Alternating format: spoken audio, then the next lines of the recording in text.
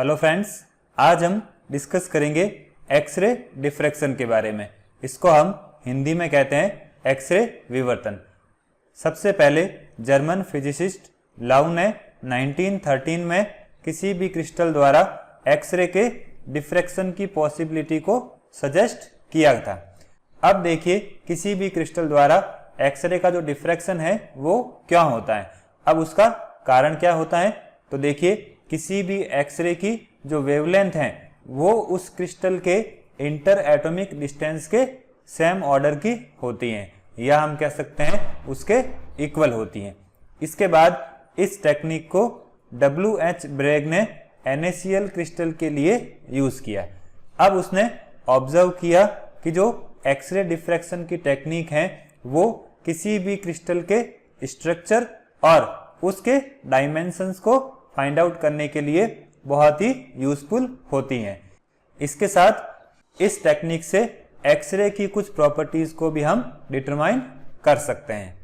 अब बात करते हैं द ब्रैग इक्वेशन की। तो ब्रैग ने ऑर्डिनरी लाइट और एक्सरे पे कुछ एक्सपेरिमेंट किए और उसने फाइंड आउट किया कि जो रिफ्लेक्शन एंगल है वो ऑर्डिनरी लाइट में फिक्स नहीं रहता है, लेकिन अगर हम एक्सरे की बात करें तो उसमें रिफ्लेक्शन एंगल फिक्स रहता है, या हम कह सकते हैं उस एक्सरे का जो रिफ्लेक्शन है वो कुछ सर्टेन एंगल्स पर होता है, और इस एंगल को हम उस एक्सरे की वेवलेंथ और क्रिस्टल के प्लेन्स के बीच की डिस्टेंस के बेसिस पर फाइंड आउट कर सकते हैं। जबकि ऑर्डिनरी लाइट में क्या होता है, जो रिफ्लेक्शन एंगल है वो सर्टेन नहीं रहता है। अब इस ऑब्जर्वेशंस के बेसिस पर ब्रैग ने एक फंडामेंटल इक्वेशन दी जो कि एक्सरे की वेवलेंथ, क्रिस्टल के इंटरप्लेनर डिस्टेंस और एंगल ऑफ रिफ्लेक्शन के बीच में एक सिंपल रिलेशनशिप शो करती है, जिसको हम ब्रैग इक्वेशन के नाम से जानते हैं। अब देखते हैं ब्रैग इक्वेशन का डेरिवेशन। तो देखिए इस फिगर को कंसीडर करते हैं। यहाँ पर ये क्रिस्टल के पार्टिकल्स को रिप्रेजेंट कर रहे हैं और ये लाइंस हो जाएगी क्रिस्टल का प्लेन। अब यहाँ पर क्रिस्टल के दो प्लेन के बीच का डिफरेंस किसके इक्वल हो जाएगा, D के इक्वल हो जाएगा। अब देखिए अगर इस क्रिस्टल पर एक्सरे गिरती हैं तो उसका एंगल क्या हो जाएगा, थीटा। इसी तरह से गिरने के बाद वो उस सरफेस से रिफ्लेक्ट होगी, तो रिफ्लेक्ट होने का एंगल भी सेम रहेगा और उसको भी हम थीटा से रिप्रेजेंट करेंगे। अब इसी तरह से कुछ दूसरी एक्सरेज इस क्रिस्टल में एब्जॉर्ब होगी और वापस रिफ्लेक्ट होती रहती हैं। अब देखिए यहाँ पर डिफरेंट लेयर का जो रिफ्लेक्शन हो रहा है वो एक फेज में कब होगा, जब उनके पाथ लेंथ का डिफरेंस उस वेवलेंथ के इंटीग्रल नंबर के इक्वल होता है। तो हम कह सकते हैं पाथ डिफरेंस किसके इक्वल हो जाएगा, n लैम्डा। यहाँ पर n जो है वो इंटीग्रल नंबर को रिप्रेजेंट कर रहा है, जिसकी वैल्यू 1, 2, 3, 4, 5 कुछ भी हो सकती हैं। अब देखिए डिफरेंट एक्सरे के बीच में जो पाथ डिफरेंस आ रहा है उसको हम यहाँ पर कैलकुलेट करेंगे। तो इसके लिए सबसे पहले हम डिस्कस करते हैं एक्सरे AOD और दूसरी हो जाएगी BNE। अब पाथ डिफरेंस फाइंड आउट करने के लिए हम क्या करेंगे, दो परपेंडिकुलर ड्रॉ करेंगे। पहला हो जाएगा OL और दूसरा हो जाएगा OM। अब देखिए यहाँ पर पहली और दूसरी एक्सरे के बीच में अगर हम पाथ डिफरेंस देखें तो वो किसके इक्वल होगा, LN और NM के इक्वल।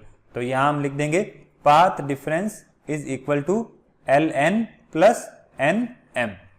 अब यहाँ पर कितना पाथ डिफरेंस है उसको फाइंड आउट करेंगे। तो देखिए सबसे पहले हम बात करते हैं ट्रायंगल OLN की। तो OLN को मैं यहाँ अलग से बना देता हूँ। ये हो गया OL और N, ये हो जाएगा यहाँ पर थीटा। अब देखिए ये इस ट्रायंगल का हाइपोटेन्यूज हो जाएगा, ये हो जाएगा परपेंडिकुलर और ये हो जाएगा इसका बेस। अब यहाँ पर देखिए हमको पाथ डिफरेंस फाइंड आउट करना है, मींस इस डायग्राम में हमको OL की लेंथ फाइंड आउट करनी है। तो OL की लेंथ मींस इस ट्राइंगल के हमको बेस फाइंड आउट करना है।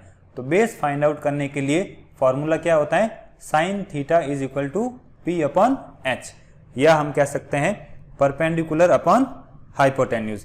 अब देखिए परपेंडिकुलर क्या हो जाएगा एल एन और हाइपोटेन्यूज क्या हो जाएगा ओ एन। अब बात करते हैं ट्राइंगल ओ एम एन की। तो यहां पर देखिए ओ एम एन को ड्रॉ कर लेते हैं। ये हो जाएगा थीटा एंगल और ये हो जाएगा इसका हाइपोटेन्यूज, ये हो जाएगा परपेंडिकुलर और ये हो जाएगा इसका बेस, ये ओ एन एम। अब देखिए यहां पर पाथ डिफरेंस फाइंड आउट करना है, तो हम यहां पर इस डायग्राम में देखिए ओ एम को फाइंड आउट करेंगे। तो यहां पर ओ एम क्या है, वही बेस है। तो बेस के लिए वही फॉर्मूला हो जाएगा sine theta is equal to perpendicular upon hypotenuse. तो यहां पर परपेंडिकुलर क्या है एन एम और हाइपोटेन्यूज क्या है ओ एन। अब देखिए इस डायग्राम में हम देखें तो ओ एन जो है वो किसके इक्वल है, डी के। देखिए ओ एन इन दोनों प्लेन के बीच की डिस्टेंस के इक्वल है। तो यहां हम कह सकते हैं O N is equal to D. तो हम साइन थीटा को इस फॉर्म में लिख सकते हैं, ये हो जाएगा sine theta is equal to L N upon D, क्योंकि ओ एन की जगह हमने डी लिख दिया है। अब अगर डी को हम इधर शिफ्ट करते हैं तो ये हो जाएगा D sine theta is equal to L N. इसी तरह से दूसरी इक्वेशन भी हो जाएगी sine theta is equal to N M upon D, या अगर डी को हम इधर शिफ्ट करते हैं तो ये हो जाएगा D sine theta is equal to N M. तो यहां पर देखिए हमारे पास एल एन की वैल्यू आ गई और एन एम की वैल्यू आ गई। अब जैसा कि हमने डिस्कस किया है पाथ डिफरेंस किसके इक्वल होता है, L N plus N M के बराबर। तो अपने पास एल एन की वैल्यू है और एन एम की भी वैल्यू है। तो यहां पर ये हो जाएगा 2d साइन थीटा। देखिए एल एन की वैल्यू क्या है d साइन थीटा और एन एम की वैल्यू क्या है d साइन थीटा। तो यहां पर हम इसको 2d साइन थीटा लिख देंगे। अब देखिए जैसा कि हमने डिस्कस किया था जो पाथ डिफरेंस है वो वेवलेंथ के इंटीग्रल नंबर के इक्वल होता है। तो यहां पर पाथ डिफरेंस की वैल्यू क्या हो जाएगी 2d साइन थीटा। तो यहां पर हम लिख देंगे n lambda is equal to 2d sine theta. ये हो जाएगी आपकी ब्रेग इक्वेशन। अब अगर आपको थीटा n और लैम्डा की वैल्यू पता है तो आप d या इंटर प्लेनर डिस्टेंस को फाइंड आउट कर सकते हैं।